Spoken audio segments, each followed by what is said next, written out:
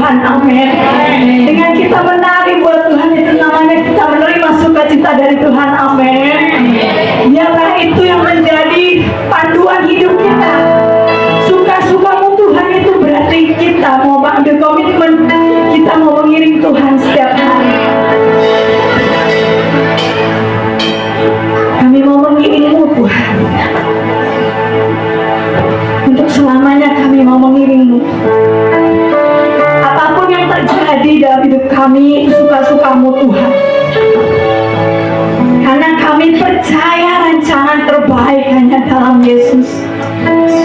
Kami percaya apapun yang terjadi dalam hidup kami masih seturut kehendak-Mu untuk membawa hidup kami dari kemuliaan sampai kemuliaan. Bahkan untuk membawa hidup kami memuliakan-Mu dalam apapun yang kami kerjakan, dalam apapun yang kami lakukan, dalam apapun yang kami perkatakan. Biarlah itu memuliakan nama-Mu Tuhan. Semua kekuatan kami berasal daripada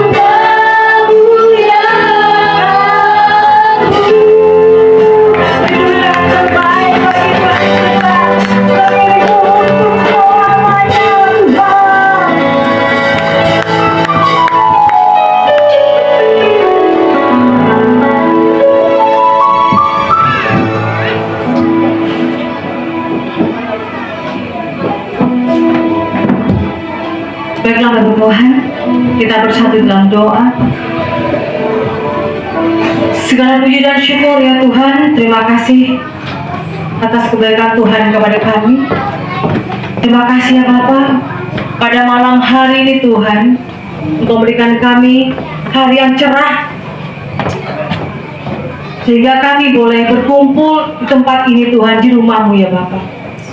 Kira Bapak sebentar lagi kita semua akan terima berkat, yaitu kebenaran firman Tuhan.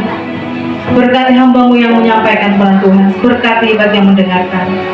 Bila hanya kemuliaan Tuhan boleh diperdengarkan di tempat ini. Dalam nama Tuhan Yesus. Haleluya. Amin. Silakan Bapak Ibu.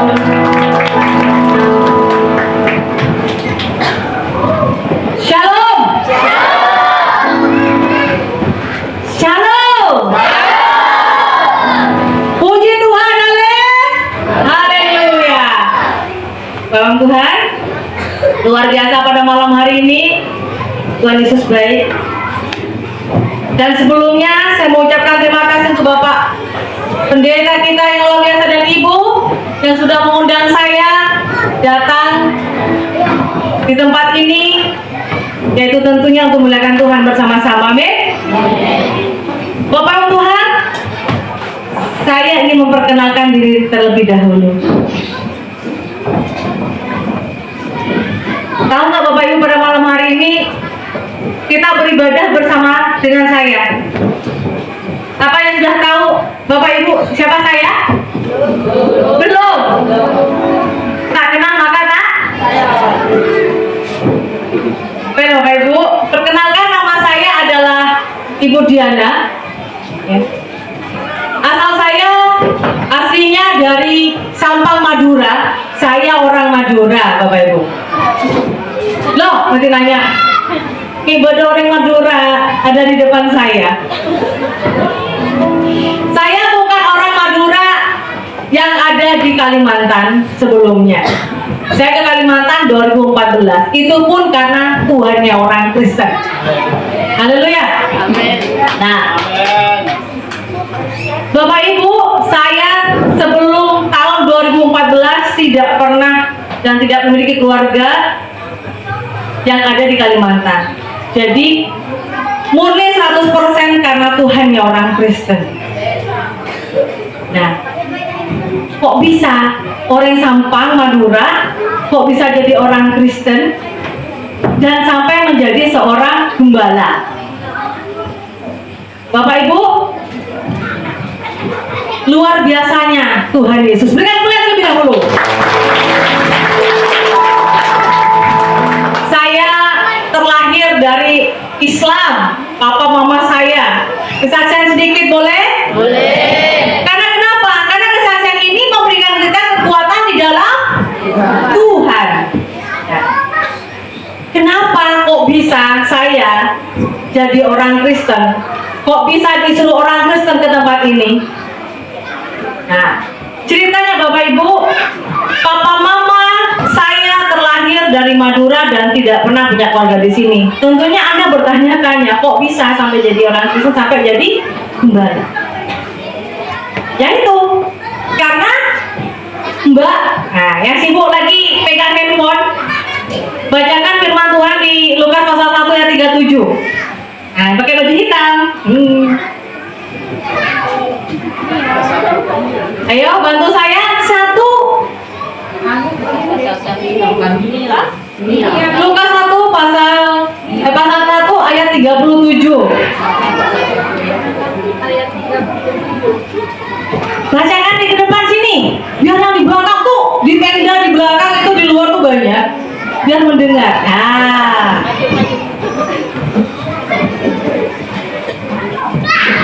Yang kuat ya, kan di belakang bisa dengar. Lukas pasal 1 ayat 37.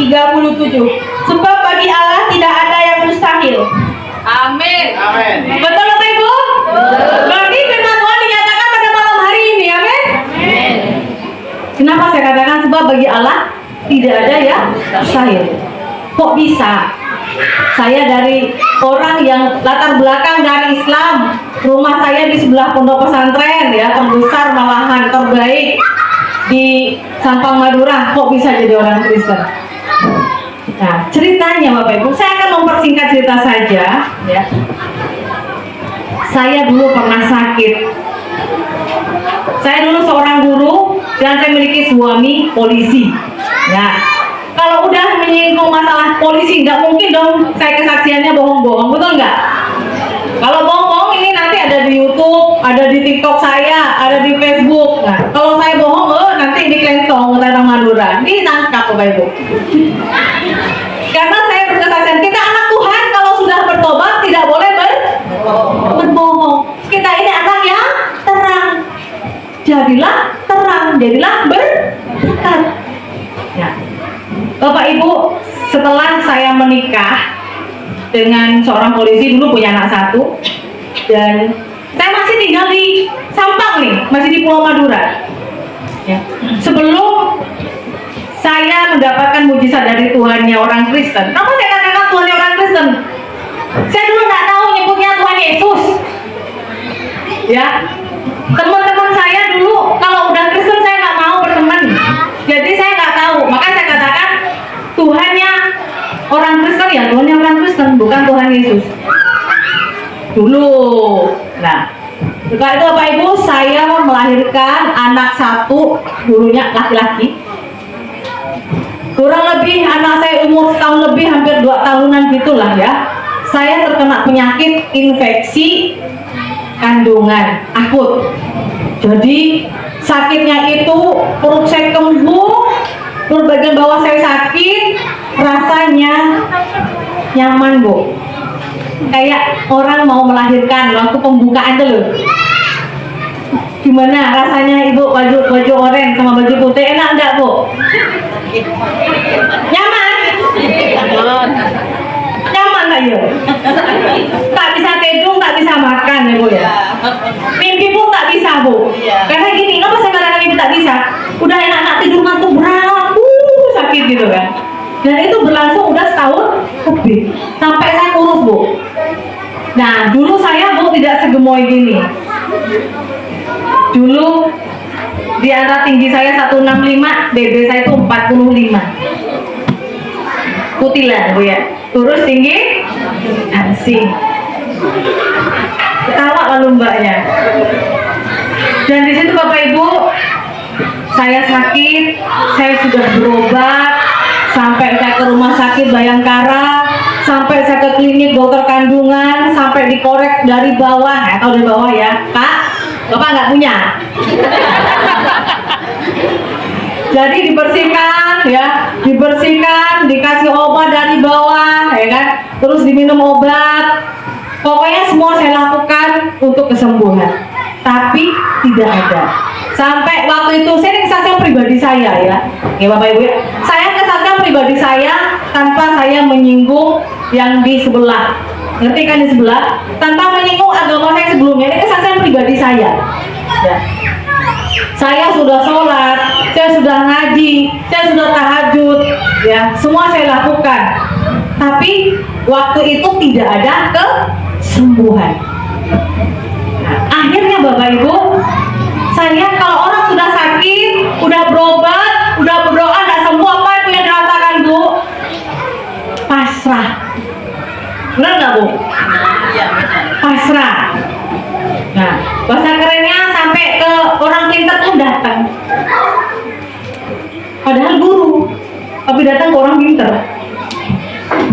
Nah, singkat cerita Bapak Ibu, tidak ada kesembuhan di situ. Ternyata pada saat itu badan saya udah semakin memburuk, kesehatan juga. Saya sampai secara finansial juga sudah nggak dibilang nggak mampu. Saya udah pasrah, wes terserah Tuhan. Cuma tinggal menunggu nunggu kapan dipanggil. Kalau tidur, masih bisa lihat matahari, berarti masih hidup.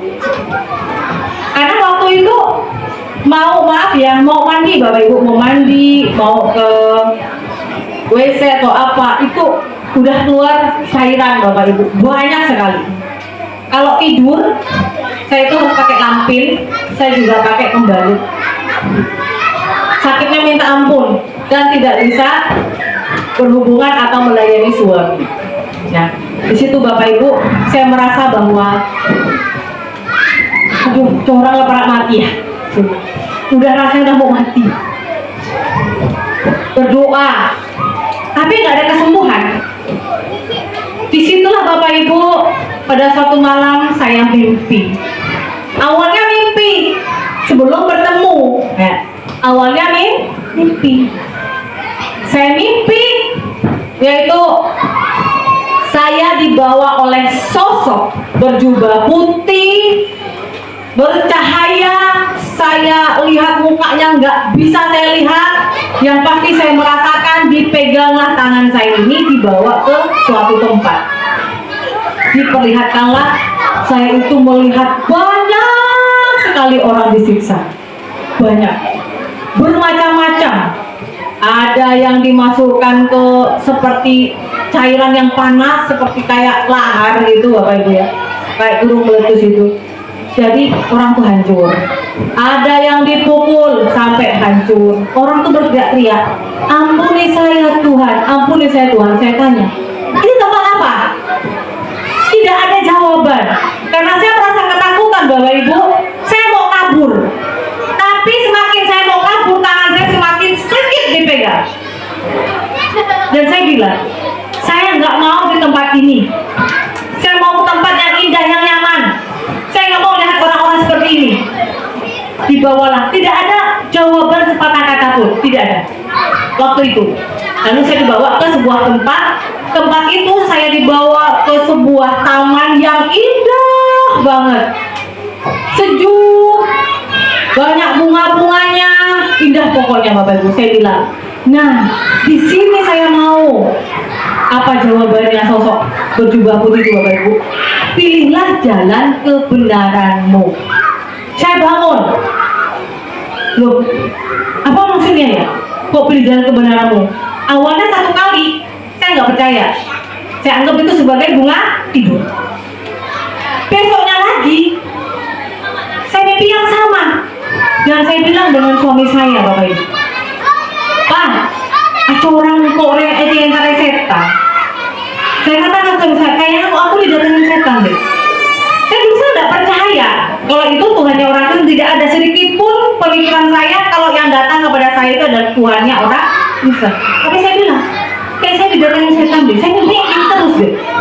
Apa karena saya itu nggak nyelase ya Pak, nggak nyekar saya. Kalau kita Bapak Ibu memiliki kepercayaan, kalau kita sebagai anak memiliki orang tua yang sudah meninggal, diwajibkan alias diharuskan untuk mendoakan orang tua. Jadi saya datang ke makam papa saya, karena papa saya meninggal duluan. Tahun 2001 papa saya meninggal. Jadi saya Bapak Ibu, saya datang, saya doa di kuburan, ya, nyiram bunga, bersihkan kuburan. Itu dari jarak tempat saya sekitar 1,5 jam. Itu di kabupaten lain, di Kabupaten Pamekasan. Di Pamekasan Bapak Ibu ada sebuah monumen namanya Monumen Arek Lancor. Nah, ada bisa di Google ya, buka di Google di situ. Nah, saya nongkrong di situ Bapak Ibu, beli minuman teh kemasan. Dan tanpa sengaja saya lihat ke seberang. Ada gereja Katolik, namanya Gereja Maria Ratu Para Rasul. Nah, saya lihat begini, di depan gereja ada spanduk besar, spanduknya ada, saya langsung berdiri. Jadi habis gitu Bapak Ibu, saya lihat di sebelah saya ada spanduk besar, ada gambar begini, gambar Tuhan Yesus. Saya gini, ih, kok gambar-gambar itu kok mirip di itu ya, di saya ya? Ih, nggak mungkin lah. Masa iya Tuhannya orang Kristen datang ke aku? Aku kan bukan umatnya. Dia bilang begitu, nggak mungkin. Nggak percaya. Penyangkalan ini terjadi. Saya bilang nggak mungkin. Di situ Bapak Ibu, hati saya ini sedang kepribadian, yang satu itu lagi ribut. Bisa aja itu Tuhannya orang Kristen. Saatnya ngomong, nggak mungkin. Saya bilang, amin, jabang bayi, nggak mau aku jadi orang Kristen. Dia bilang gitu. Dia bilang nggak mungkin, tidak mungkin orang Kristen datang ke aku kan bukan umatnya, aku nggak percaya. Gitu kan. Seharusnya yang datang kepada saya bukan Tuhannya orang Kristen dong. Ya. Di situ Bapak Ibu, saya malah memiliki pemikiran udah seperti kedua pribadian yang mengatakan nggak mungkin tapi bisa aja gitu kan. Lalu ada penasaran ya, rasa saya ingin tahu, pengen saya masuk ke gereja tersebut. Saya kan nggak pernah seumur hidup saya, pertama kali kaki saya injak tuh di gereja Katolik itu. Saya jadi pengen tahu ya kayak apa gerejanya. Kok orang-orang Kristen setahu saya itu kok malah seneng-seneng ya. Karena saya kan dulu di Aspol, di asrama polisi Bapak Ibu. Di sebelah rumah saya itu rumahnya polisi tapi agamanya Kristen. Nah, saya orangnya kepo. Tahu emak-emak di komplek ya kan Bapak Ibu ya, dengerin gitu. Orang kok sembahyang kok tepuk tangan ya lo, mikirnya gitu kan. Katanya kan sembahyang, tepuk tangan. Tapi saya nguping. Ternyata di firman Tuhan ada. Iman itu timbul dari pendengaran. Tapi saya nggak menyadari akan hal seperti itu Bapak Ibu. Dan singkat cerita saya waktu itu mau masuk ke gereja. Saya bilang, mau kok masuk ke lewat yade pasti ketahuan. Saya bilang, kalau saya masuk bagian depan akan ketahuan keluarga saya. Kan keluarga saya banyak di Makassar. Jadi lewatnya dari mana? Dari pintu belakang. Nah di belakang saya masuk ke area gereja, saya bilang ada laki-laki satu nanya kepada saya, katanya itu brothernya yang bekerja gitu, yang membantu pelayanan pastor. Saya bilang, permisi mas, adakah bapak pendeta pastornya? Saya bilang, saya nggak tahu bedanya Kristen apa, Katolik apa, setahu saya ya itu pemimpinnya yang dua itu. Saya tanya, orangnya bingung, mbak dari mana? Saya dari Sampang. Diminta KTP. Bayangkan Bapak Ibu, mau masuk ke gereja itu diminta KTP loh. Di sini diminta nggak sama pendetanya? Enggak ya Pak ya? Pintunya kebuka dua-duanya ya Pak ya, lebar-lebar. Di sana susah Bapak Ibu. Orang ya umat baru, kalau muka kita masih baru, diminta KTP loh. Bersyukur ada di sini pintunya kebuka lebar-lebar. Rugi kalau nggak datang ibadah, amin. Masih susah mau ibadah? Masih? Jangan Bapak Ibu, di luar sana banyak orang mau datang ke gereja, tapi diam-diam sembunyi-sembunyi, takut. Kalau di sini di Kalimantan ini luar biasa. Jadi Bapak Ibu, saya tidak diperbolehkan masuk ke gereja. Karena kenapa? Di KTP saya masih Islam. Ditengoklah muka saya ini dari atas ke bawah, ke atas ke bawah, sampai 3 kali saya ditengok. Sangkanya mungkin saya mau bunuh diri dari waktu itu. Saya dilarang. Maaf Bu, Mbak, kan dirimu orang Islam, kan masuk ke gereja? Lah aku kan cuma mau masuk mas. Aku nggak mau gimana. Maaf, nggak bisa. Saat ini sedang dalam bukan ibadah. Dan saya tahu, cuma di sini semuanya saya hafal. Lah, aku cuma masuk nggak boleh Bapak Ibu.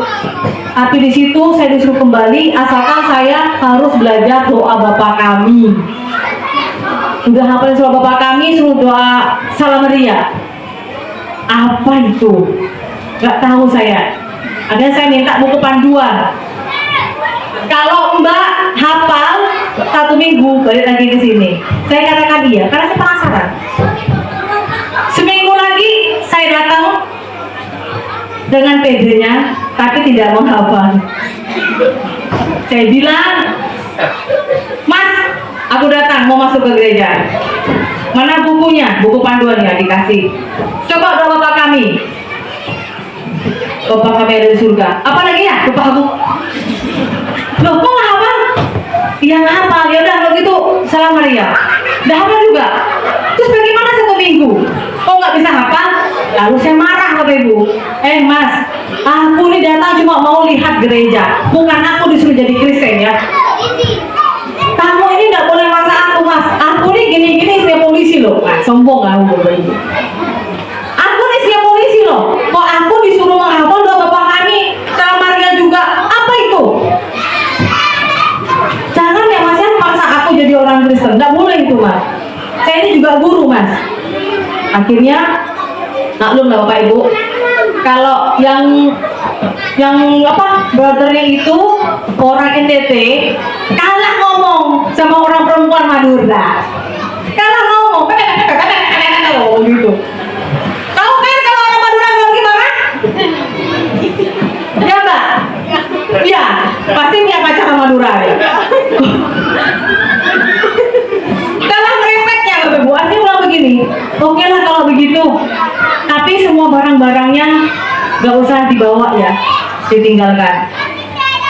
Jaket ditinggalkan di luar. Saya cuma bawa diri saya dan juga bawa HP satu.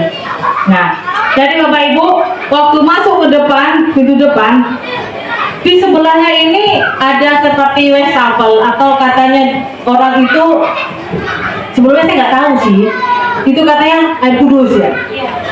Saya dari Sampang Madura itu pergi ke Pamekasan, perjalanan itu 1,5 jam karena saya dari Tambelangan, dari kampungnya. Nyampe di situ si Mas itu bersih-bersih. Saya langsung cuci muka. Di tempat yang katanya air kudus itu, cuci muka gitu. Kan panas. Nah, lalu kalau ketahuan, apa yang kamu lakuin itu? Cuci muka Mas. Ya, cuci muka, panas aku dari luar nih. Bilang gitu kan. Gak boleh Mbak, itu dipakai untuk kami ibadah. Air apa ini? Dia bilang, air kudus. Semua itu tak kudus. Semua itu tak kudus. Tinggal ambil lagi, ganti lagi. Saya bilang begitu kan, saya gak ngerti waktu itu.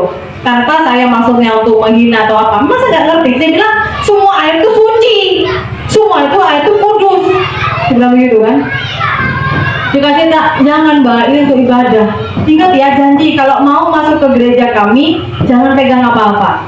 Jadi Bapak Ibu, ya udahlah, saya dijanjiin tidak boleh pegang apa-apa. Dari depan, Mas kan sibuk-sibuk itu, udah bersih-bersih. Nah dari depan saya masuk longo Bapak Ibu ya, kayaknya pertama kali masuk gereja itu kayaknya wah banget. Saya nengok gereja itu bagus banget. Gereja Katolik itu yang di Pamekasan udah besar, megah, wah banget. Jadi di sepanjang di dinding ini saya udah kayak terkesima, udah merinding lagi ya kan. Masuk pertama kali gereja itu merinding. Pasti nih, dan masuk dalam gereja tentunya pasti di gereja ini banyak setan ini. Aku merinding. Waktu itu saya pikir ya, kita kan nggak mau ngerti apa itu, mungkin lawatan Roh Kudus atau apa ya. Saya bilang, pantas lah orang Kristen ini kaya-kaya, tempatnya aja bikin merinding, banyak setan ini. Saya bilang, iya masuk ke gereja merinding semua Bapak Ibu. Di sini saya merinding. Banyak setan ini pasti nih. Gereja kok banyak setan yang bikin saya merinding. Jangan saya Bapak Ibu sama kaki ini merinding semua. Saya tengok, pelangak-pelangak. Kayak gini yang orang sembah ya. Karena kita ini diajarin. Kalau yang bukan seiman dengan kita ini nggak tahu Fir.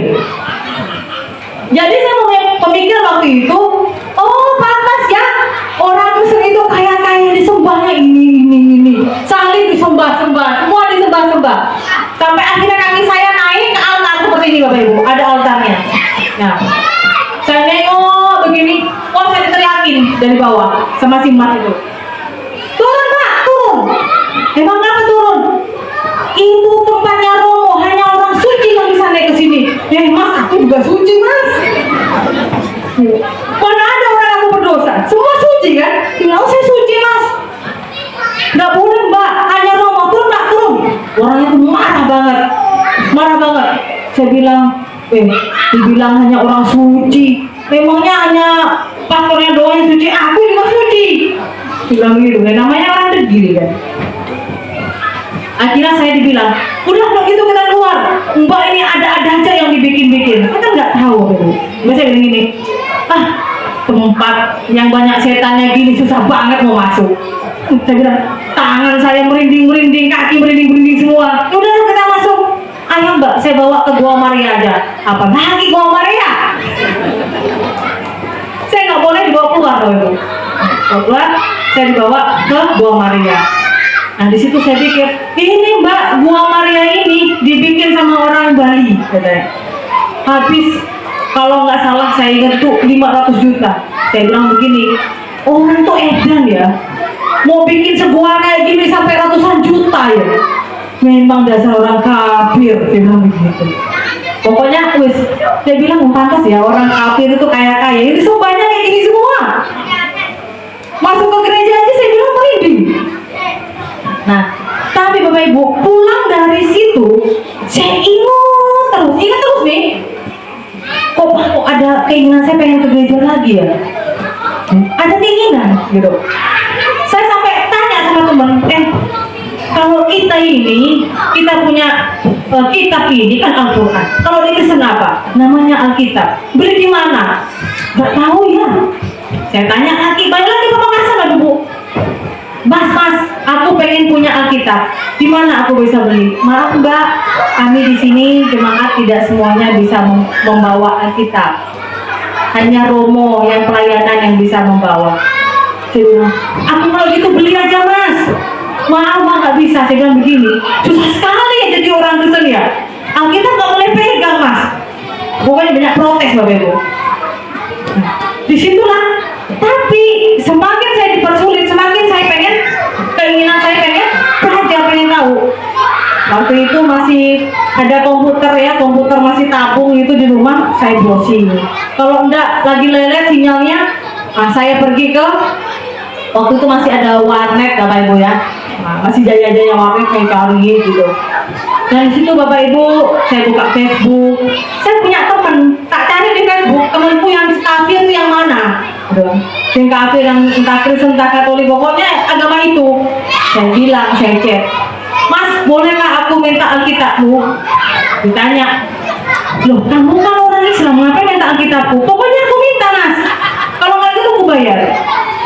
Aku kasih, cuma kamu janji ya, jangan kamu apa-apain Alkitabnya itu, jangan kau bakar, jangan kau injak-injak, jangan kau apa-apain, kamu baca aja. Iya Mas. Jadi Bapak Ibu, dikirimlah pertama kali Alkitab saya itu dibawa di dalam kardus sepatu. Jadi kenapa dibawa kardus sepatu? Karena biar ketahuan bahwa itu kardusnya sepatu, isinya tapi Alkitab Bapak Ibu. Di situ saya belajar, baca-baca. Waktu itu saya paling suka itu di Amsal sama di Mazmur. Banyak nasihat-nasihat di situ.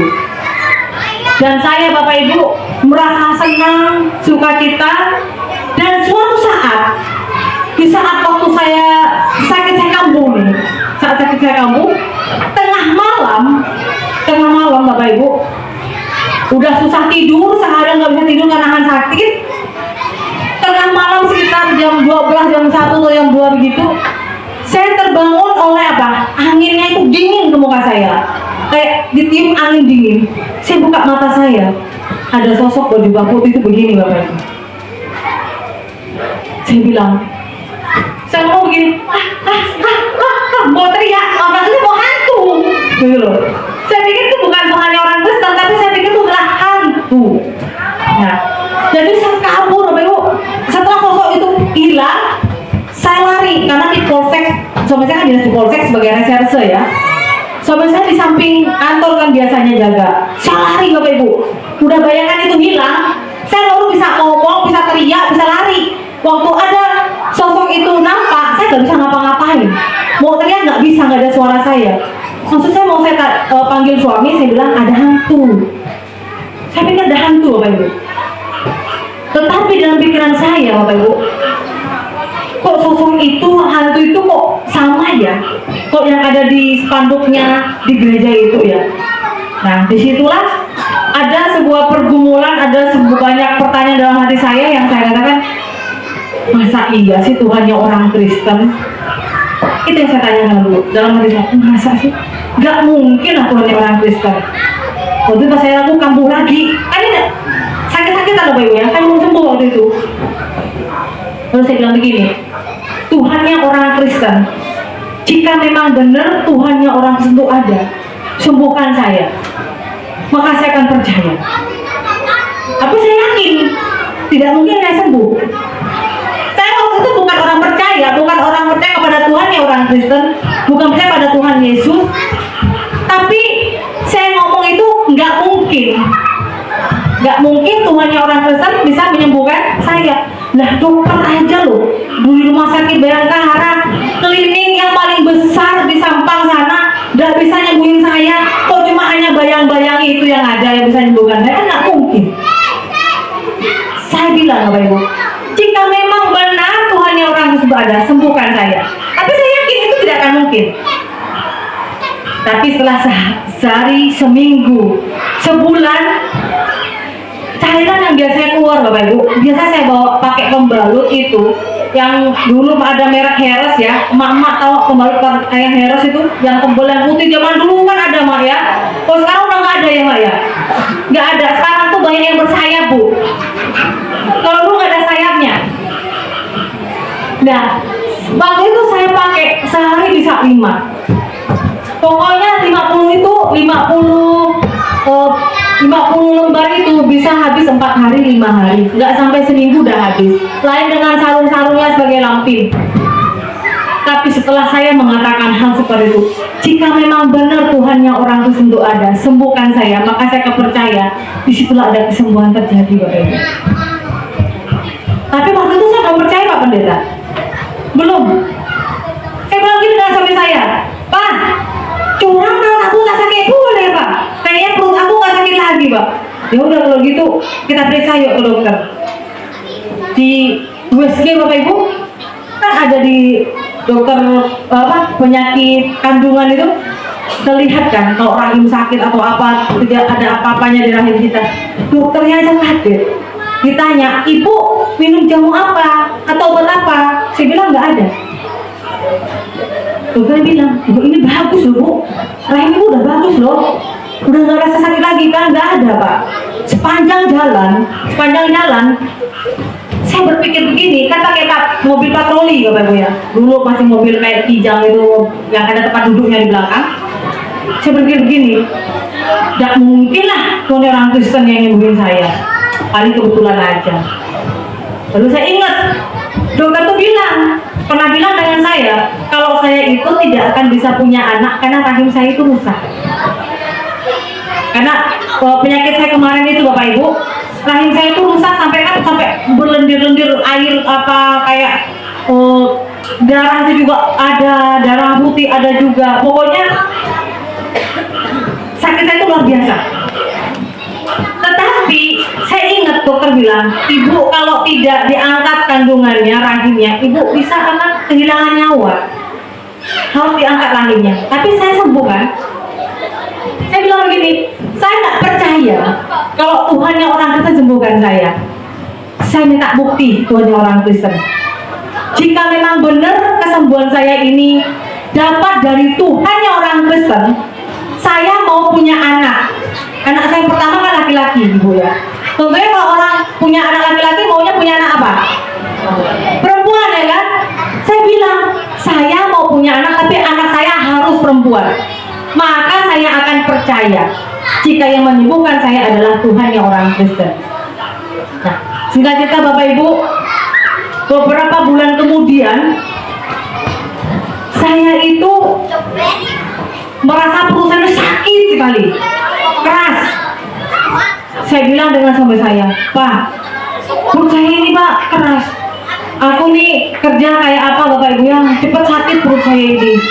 Jadi suami saya bilang, aduh jangan-jangan kamu kista, jangan-jangan kamu kanker, yang apa ya? Ya udahlah, jangan-jangan penyakit kamu kambuh lagi mah. Dibawa lagi ke dokter itu Bapak Ibu, di USG Bapak Ibu, ternyata saya itu hamil 3,5 bulan, hampir 4 bulan, karena sudah ada detak jantungnya. Padahal saya baru menstruasi Bapak Ibu. Saya bilang nggak mungkin dokter, saya seminggu yang lalu kan saya menstruasi, nggak mungkin saya hamil. Mana ada orang hamil itu menstruasi Bapak Ibu? Kan nggak mungkin ya Bu ya. Pasti bilang pasti datang bulan itu nggak mungkin, terlambat bulan yang ada ya kan kalau hamil. Itu saya bilang nggak mungkin dokter, barang saya ini menstruasinya lancar, baru seminggu yang lalu saya menstruasi, dia bilang gitu, udah selesai. Iya Ibu, dengar, sampai naik 2 kali ke kasurnya, ditengok tuh ada detak jantungnya, ada dari komputer itu ada detak jantungnya. Saya mikir sepanjang jalan ya, satu, hati seneng. Tapi hati bilang begini, kok bisa aku hamil ya Pak ya? Kami saya bilang ya mau gak aja anaknya perempuan lah. Tapi kok bisa aku hamil lah? Aku aja baru datang bulan, dia bilang gitu kan. Saya bilang begini, jika memang benar Tuhannya orang yang menyembuhkan saya mau tapi anak saya harus perempuan. Woi, request Bapak Ibu ya. Memang kurang ajar lah ini. Udah dikasih hadiah tapi milih ya. Dan saya bilang begini, dan puji Tuhan Bapak Ibu, tiap bulan saya itu menstruasi. Sampai 10 bulan saya mau melahirkan. Sebelum saya melahirkan saya menstruasi, udah bersih beberapa hari kemudian saya melahirkan. Yang saya tanya sama bidan waktu udah kuat, bidan laki-laki atau perempuan? Perempuan. Wih, nangis saya Bapak Ibu. Saya bilang, gak mungkin Tuhan orang Kristen kasih aku anak. Gak mungkin Tuhan Kristen nolong aku. Gak mungkin Tuhan menyembuhkan aku.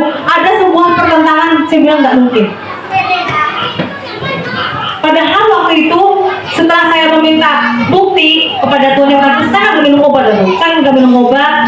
Saya tidak pernah minum jamu. Saya memang nantang beneran, tapi saya yakin nggak mungkin. Tapi ternyata Tuhan memberkati saya anak perempuan, amin. Dia membantu Tuhan. Jadi Bapak Ibu, kita sebagai anak Tuhan itu sebenarnya ditolong sama Tuhan. Dalam setiap apapun, pencobaan apapun kita haruskan dalam Tuhan, amin. Marilah Bapak Ibu, kita buka firman Tuhan.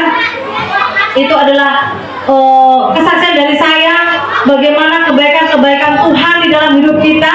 Sesungguhnya Tuhan itu baik dan kita ini diberikan kekuatan di dalam setiap pencobaan ataupun masalah-masalah. Amin. Mari Bapak Ibu kita buka firman Tuhan di Yakobus pasal yang ke-1 ayat yang ke-12.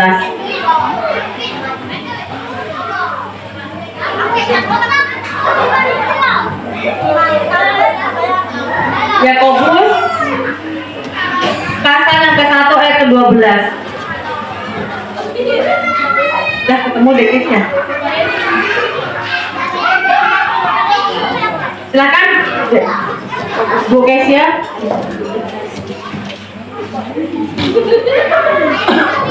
Yakobus 1 ayat 12. Ya. Berbahagialah orang yang bertahan dalam pencobaan, sebab apabila ia sudah tahan uji, ia akan menerima mahkota kehidupan yang dijanjikan Allah kepada barang siapa yang mengasihi dia. Amin. Kedengaran di belakang? Kedengaran nggak? Jujur? Nggak dengar katanya? Ke depan pakai mic. Yakobus 1 ayat 12. Berbahagialah orang yang bertahan dalam pencobaan, sebab apabila ia sudah tahan uji, ia akan menerima mahkota kehidupan yang dijanjikan Allah kepada barang siapa yang mengasihi dia. Amin. Bapak Ibu yang Tuhan, ya, berbahagialah orang yang bertahan dalam pencobaan karena ia sudah tahan uji. Nah, kata pencobaan ini berasal dari bahasa Yunani adalah peirasmos. Nah, menunjukkan bahwa pemahaman dan sulitnya akan masalah-masalah kita ini datang dari luar diri kita, yaitu dunia dan iblis. Loh, pencobaan itu kok datangnya dari dunia dan iblis? Pencobaan, contoh, orang korupsi Bapak Ibu, pencobaannya di mana? Iblisnya, ya uang, betul nggak? Orang korupsi, jangan salah Bapak Ibu, bukan hanya pengusaha yang bisa korupsi. Kita semua pun anak-anak Tuhan juga bisa melakukan korupsi kalau kita tidak tahan akan ujian. Nah, Yesus aja dicobai loh. Kita buka di Matius pasal yang keempat Bapak Ibu. Yesus aja dicobai, apalagi cuma kita Bapak Ibu. Kita buka di Matius. Di Matius pasal yang keempat, saya akan bacakan ya buat Anda. Demikian firman Tuhan. Pencobaan di padang gurun. Maka Yesus dibawa oleh Roh ke padang gurun untuk dicobai iblis. Dan setelah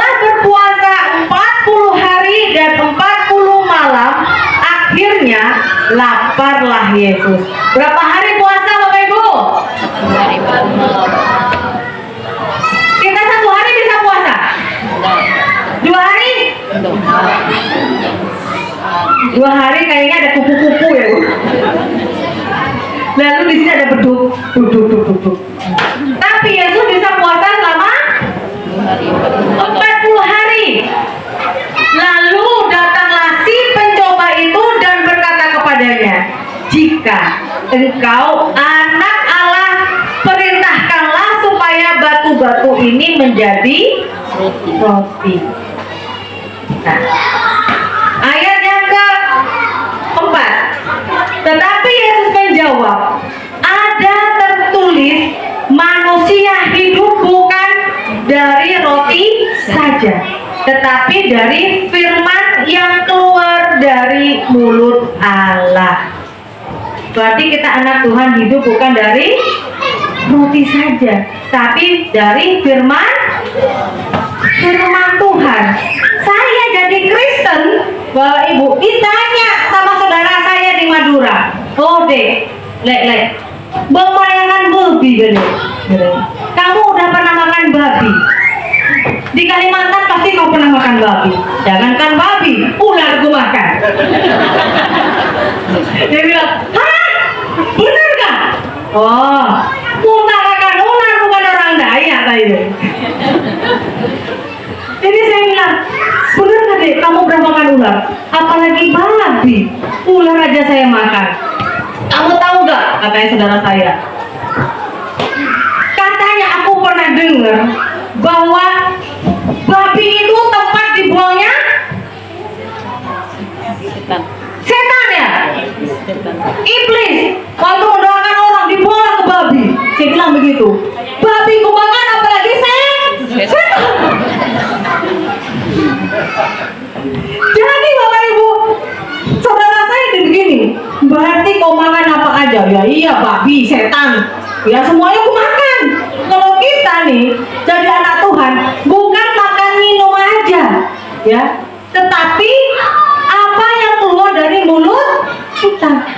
Saya tanya kembali ke saudara saya, kamu pikir makan ayam itu halal Pak? Belum tentu. Kalau ayam yang mau makan ayam tetangga, betul nggak Bapak Ibu? Jangan dipikir ayammu itu ayam yang halal. Kalau cara kau mengambilnya milikku, kau ambil. Milik tetangga, kau ambil. Haram juga kau. Lah kalau babi bagaimana? Kau kan membantu dia Bapak Ibu. Keluarga saya ini sekarang keluarga harmonis. Kalau dulu marah dengan saya kalau jadi telepon, sekarang nggak harmonis. Daripada kau makan babi, jangan salah. Ya. Kalau kamu melihara ayam, peliharaan saya babi. Jadi babi yang saya makan itu halal, bilang gitu. Nah belum tentu ayam yang kau makan itu halal. Karena kenapa? Ayam tangga kau makan. Ayam yang lewat itu dia apa? Kadang ayam kan tidurnya di pohon orang apa dia? Kadang ayam orang tidurnya di pohon kita. Apa yang ada di pohon kita ini berarti halal? Salah, ayamnya orang, pohonnya kita, betul nggak? Itulah saudara, kita ini jadi anak Tuhan itu sebenarnya Tuhan itu sangat baik.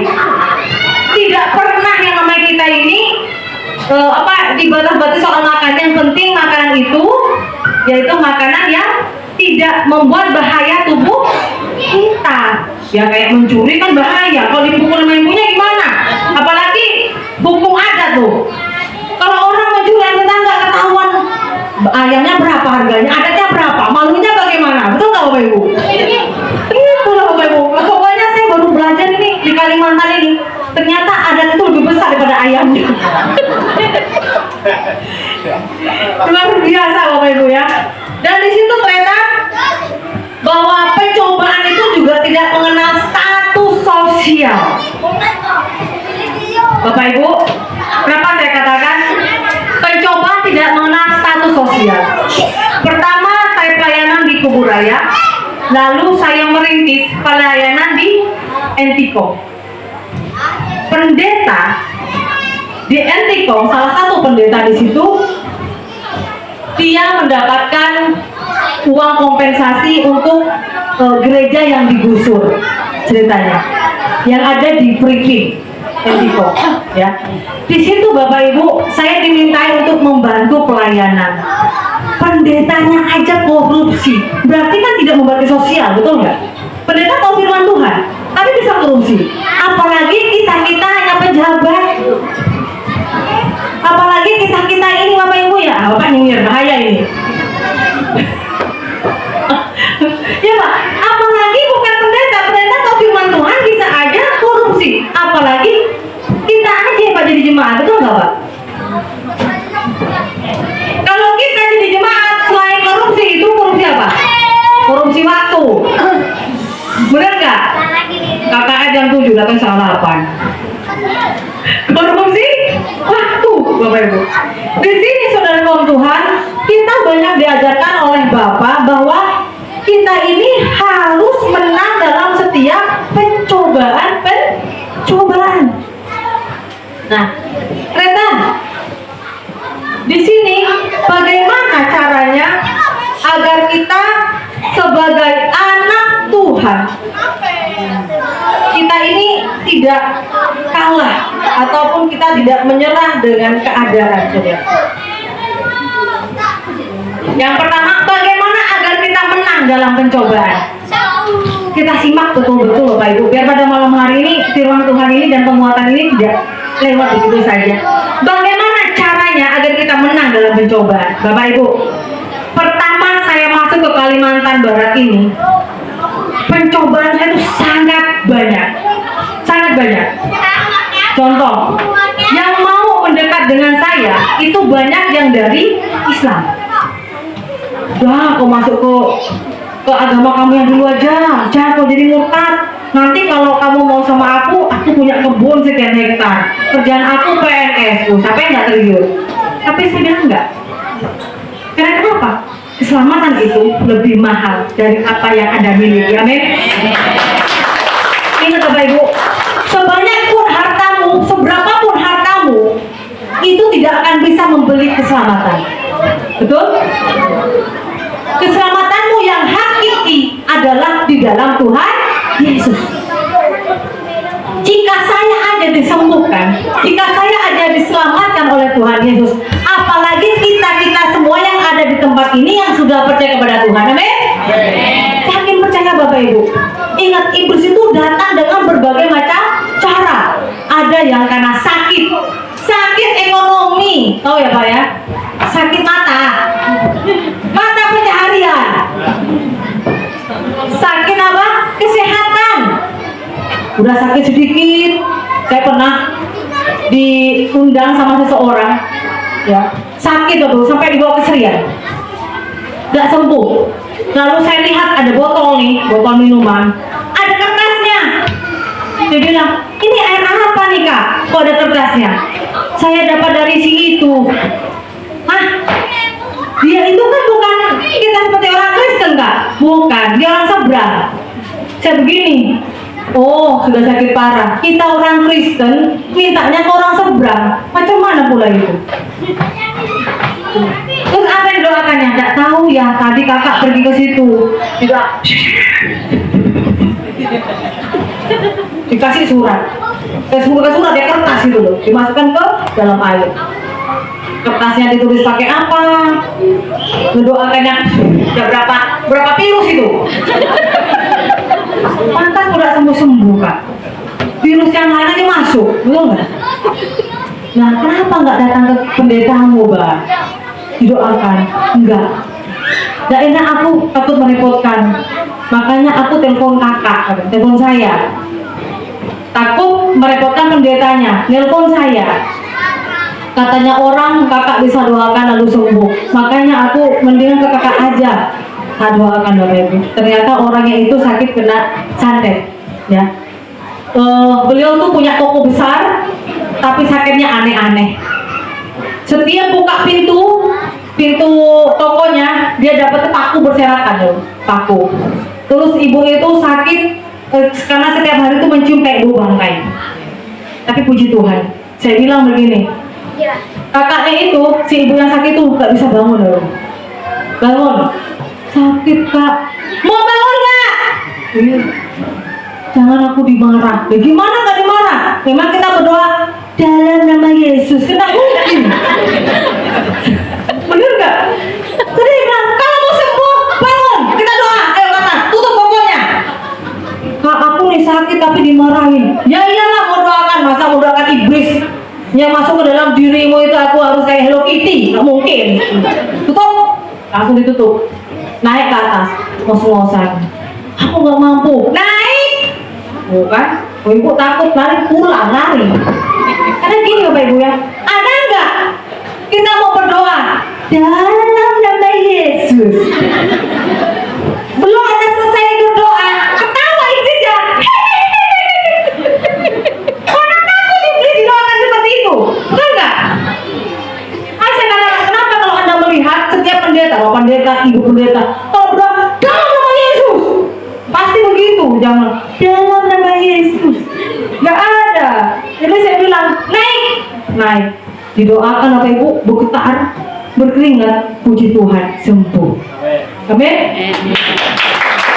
Gak usah bingung-bingung, kita ini sudah percaya diberikan kuasa. Jangan takut, jangan Anda pergi ke kanan dan pergi ke kiri. Kalau Anda sakit, kita doakan, telepon sama pendetanya, datengin, tolong Pak, datang ke rumah saya atau ke rumah saya Pak, istri saya sakit. Sudah pergi ke dokter? Sudah. Ya udah, dokter udah, berarti kita didoakan. Orang Nabora bekerja dan juga berusaha mendoakan, betul nggak? Jangan pergi ke orang pintar Bapak Ibu, karena orang pintar nggak ada kartu sarjananya, benar nggak? Kalau pendeta sarjana ini istirahat. Nah, kalau orang pintar belum tentu, sekolahnya belum tentu tamat. Benar nggak Bapak Ibu? Saya pernah kemarin pulang pelayanan Bapak Pendeta dari Pontianak, saya naik taksi. Di sebelah saya ada ibu-ibu kerjanya di kantor gubernur. Saya tanya, namanya Mama ya Pak ya, ngobrol aja di mobil. Mau kemana Bu? Mau ke Balai Karangan. Oh, ada keluarga di sana? Enggak Bu, saya sakit. Mau pergi ke orang pintar di situ. Loh, tahu nggak? Sarjana, saya tanya S2. Datangnya ke orang pintar ke dukun, ya nggak sekolah dukunnya. Terus yang bodoh siapa ya Kak? Yang pintar siapa? Saya ketawa. Kalau ibu apa? Saya orang Kristen. Oh, saya bukan orang Kristen Bu. Oh ya wajar. Belum makan babi nggak cerdik, benar nggak? Coba ya, betul nggak? Belum makan babi nggak cerdik, karena makanan yang bikin membuat kita pintar apa? Babi. Kalau orang sebelah itu nggak pintar wajar. Makanan babi yang bikin pintar, yang banyak vitaminnya bilang haram. Kalau saya bilang apa? Harum. Berikan kepada Tuhan. Bagaimana kita rahasia kita ini agar menang di dalam pencobaan? Yang pertama, hadapi setiap pencobaan dengan kegembiraan. Ya, maksudnya di sini, jika kita menghadapi sebuah pencobaan, kita menyikapinya dengan gembira, bersukaria, bersenang dalam Tuhan. Saya Bapak Ibu, pernah saya pelayanan, saya masuk ke daerah Pahuman, ada di situ namanya apa ya, Bintang ya, apa sih Pak? Ya, masuk ke dalam, ke nama kampungnya apa ya Pak ya, lupa saya. Masuk ke dalam, agak jauh Bapak Ibu. Dan di situ saya berserta jemaat itu ada suami istri, anaknya satu. Mamanya di depan, anak sama bapak di belakang. Saya nyupir. Saya kan biasa tuh, nyupir aja Mbak. Hanya seorang supir. Jadi masuk ke situ. Lah, disampai ini masuk ke, Batok apa sih namanya ya, kampungnya itu ya. Kok saya ngerasa aneh ya. Bener nggak jalannya ini? Bener. Rumputnya ini, karena saya pakai mobil Sigra waktu itu, rumputnya udah hampir sekajang kita Bapak Ibu. Dan di situ pencobaan, datanglah dia. Apa Bapak Ibu? Pencobanya, kita mau datang mau ibadah, mau mendoakan orang sakit. Di situ ada kunti. Ada kunti. Kunti satu. Sebelahnya lagi putih 2, sebelahnya lagi putih 3, putih berjejer, kayaknya kompak deh. Kompak untuk apa? Menyambut saya. Di sebelah saya kan ada ibu sama anaknya doa. Loh Tuhan Yesus tolong semuanya gini. Saya bilang, kalau saya gampang nih nyanyi. Nyanyi apa? Puji-pujian, gembira, pencobaan datang. Kita tahu gembira, jangan takut Bapak Ibu. Sejak saya jadi orang Kristen, saya tidak pernah takut dalam segala hal, kita takut dengan Tuhan. Amin. Saya bilang, dalam Yesus kita bersaudara. Kan dia bukan saudara saya. Dalam Yesus kita bersaudara. Dalam Yesus, diam. Gak ada ngomong, gak ada ketawa, gak ada apa. Dia diam, saya melaju aja. Yang sebelah saya gemetar. Ditanya begini, Bu, ada lihat sesuatu kah? Ada. Siapa? Bukan saudara kita.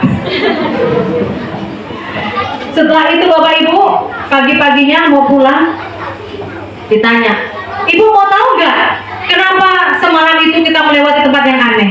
Saya bilang, nggak tahu Bu. Ternyata di situ itu Bapak Ibu, kuburannya luas. Ternyata saya melewati kuburan. Dan untung saya nggak tahu. Bedanya kita Bapak Ibu, setelah saya percaya kepada Tuhan Yesus dan sebelum itu beda. Di saat saya masih di Sampang, sebelum saya jadi orang Kristen, ini kejadiannya papa saya sendiri meninggal. Papa saya meninggal 40 hari saya nggak bisa tidur Bapak Ibu. Karena kenapa? Saya takut ketemu pocong papa saya. Bener. Karena dulu saat saya masih kecil saya pernah dikejar pocong. Pernah. Setelah papa saya meninggal, teman saya bilang, papa kamu jadi pocong. Saya takut, 40 hari ini papa saya loh, saya nggak ceritakan orang lain ya. Papa kamu itu loncat-loncat di depan ini, di depan kantor ini kan ada yang menjaga kantor, penjaganya itu loncat-loncat. Saya bilang, ih, saya takut juga ya, papa aku jadi pocong. Jadi kalau ada orang mati, tetangga saya, orang tua saya nggak bisa tidur 40 hari. Karena kenapa? Kalau di sana Bapak Ibu, saya diajarkan dari kecil, orang yang meninggal 40 hari itu masih ada di rumah loh. Ada di rumah. Jadi gimana ya? Saya kalau mau tidur, mau balik takut ada papa saya enggak. Jadi mata ini kemana-mana Bapak Ibu ya, nengok. Ada burung bunyi malam-malam, itu papa nyari nih. Wah, papa itu. Takut Bapak Ibu. Tapi ternyata setelah jadi orang Kristen, banyak hal-hal yang sungguh luar biasa dan saya nggak habis pikir Bapak Ibu ya. Dulu takut kalau ada orang meninggal, nah sekarang ngurusin orang meninggal apa pendeta? Ngurusin orang meninggal, habis itu udah ngurusin, ngeriasin, ya doakan sampai dari sebelum mandi, udah ganteng, udah cantik, didandanin, tukang dandan orang mayat Bapak Ibu. Udah habis pikir, teman saya nanya, keluarga saya nanya, kalau kamu ngeliatin orang mati enggak? Iya. Kamu nggak takut kalau waktu ngeliatin mati melek? Saya bilang enggak. Karena kenapa? Ya udah, kalau melek aja, tak suruh ambil gelas minum berdua. Gak takut, kita jadi orang Kristen nggak pernah takut. Kalau Anda saat ini masih ada rasa takut, ada sesuatu dari imanmu. Dan ternyata Bapak Ibu, Bapak Pendeta, waktu saya mendoakan lalu menguburkan jemaat pertama, saya bilang begini, senyum-senyum saya. Oh Tuhan Yesus, dulu aku takut sama mayat, ternyata aku sekarang doakan mayat. Sampai ke perisahan terakhir, itu saya nggak pernah saya pikirkan sama sekali Bapak Ibu. Sekali Tuhan tangkap, Tuhan pakai dengan luar biasa. Amin. Dulu yang takut lihat mayat, sekarang ngurusin mayat. Dulu ngerias orang hidup, sekarang ngurusin apa? Ngerias orang dah meninggal. Itu luar biasanya anak Tuhan Bapak Ibu. Jadi kita ini yang pertama harus menghadapi setiap pencobaan dengan kegembiraan. Itulah cara bagaimana kita ini kuat di dalam pencobaan. Pertama tadi adalah menghadapi setiap pencobaan dengan kegembiraan. Gembira. Karena kenapa?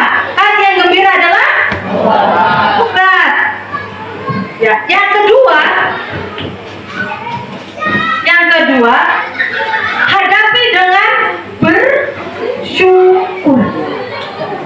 bersyukur Bapak Ibu.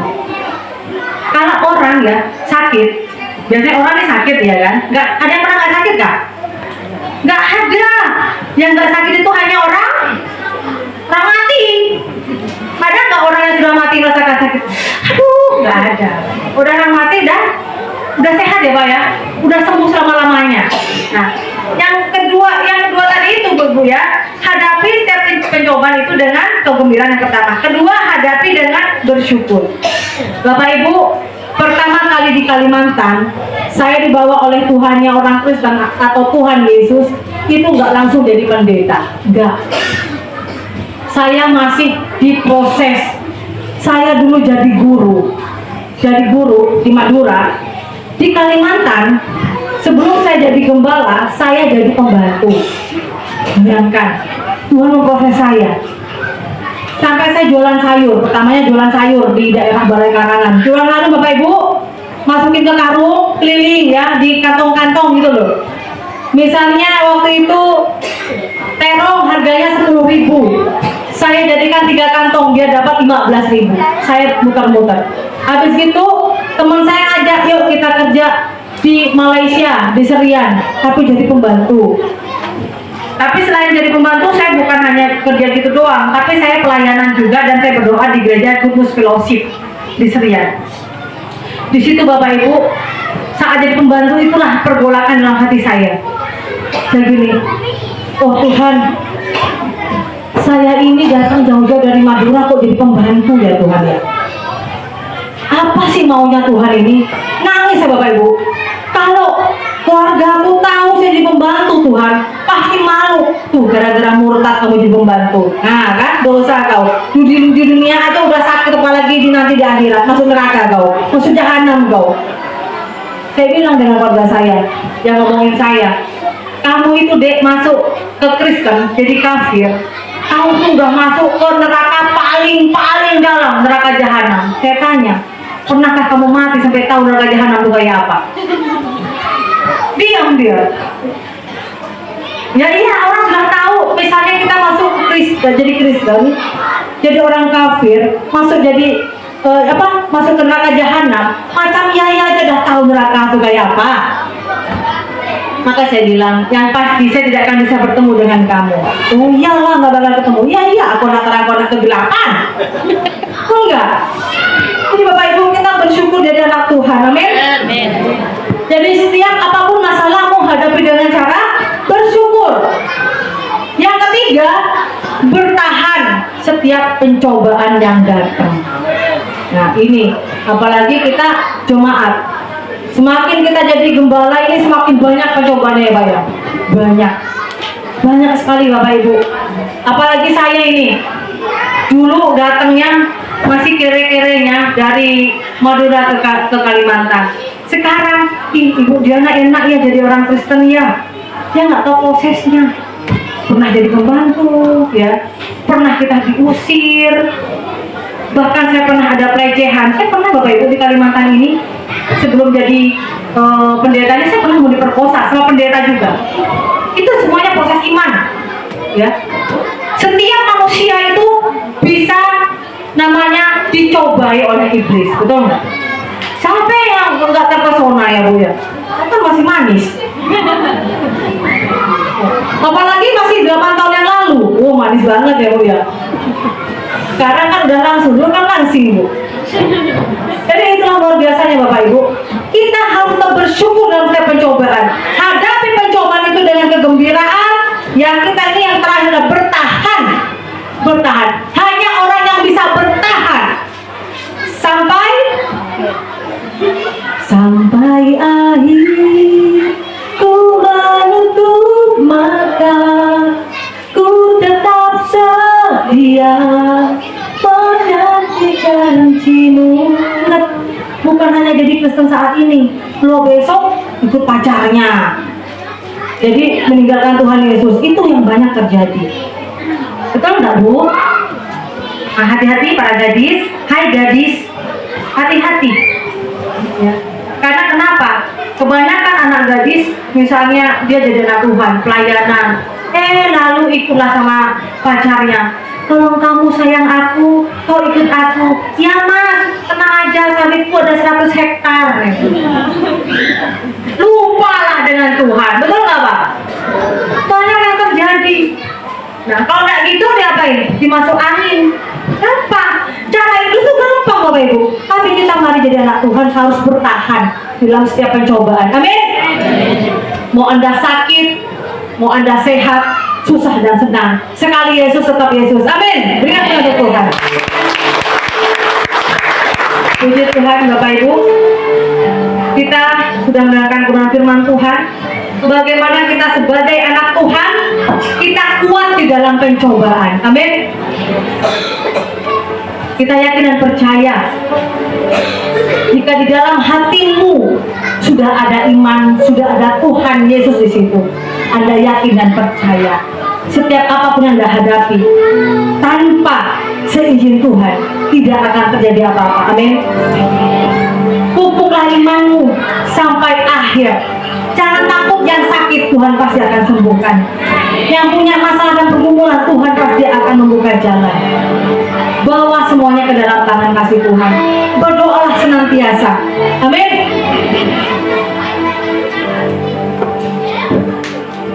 Mari Bapak Ibu, mungkin ada yang mau didoakan.